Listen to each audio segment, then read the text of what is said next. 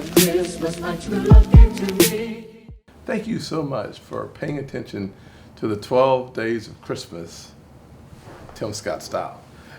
This day we're talking about the importance of nonprofits and the Paycheck Protection Program, as well as increasing charitable deduction during the pandemic. Why is that important? Well, it's important for a number of reasons. One of the most important reasons is our charities, our nonprofits, are doing more work than ever before, trying to keep those folks living very close to the edge on the right side of it.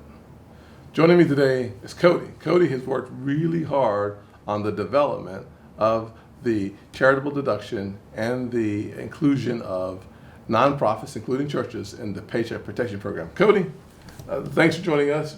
Yes, sir. Share with us for a few seconds here about the importance of the inclusion of nonprofits in the work that we've done. Well, sir, I think you hit the nail on the head about the importance of nonprofits and churches and nonprofits in general, I think add to the social and spiritual health of the country. Absolutely. I think that the charitable deduction that was included in the CARES Act, that $300 charitable deduction that individuals could write off, that really was important and something that, we're definitely focusing on in any future relief. And I appreciate your work with everything, and it's been a privilege to work with people of South Carolina and the country on that. Well, one of the things you all are having an opportunity to hear over the last the 12 days of Christmas is you're hearing from some of my top staff, some of the bright minds who work really hard day in and day out on some of the top issues during this pandemic. What Cody's alluding to is the creation of the charitable deduction, which allows for you, even if you don't itemize, you can still take the $300 charitable deduction if you gave the $300. Yes, sir. You can't take it if you don't give it, right? No, sir. Okay, very good. Okay, we were trying to help charities, but you have to help them first. Okay. So let me say this. So many of the ideas that become a law around the country, and frankly out of my office, they don't start in the office. This idea of including $300 for the charities started with my pastor, Greg Surratt at Seacoast, and a conference call or Zoom call that we were doing with pastors around the country. And he mentioned, as some of his pastors were discussing, the importance of having more incentives for people to give to nonprofits.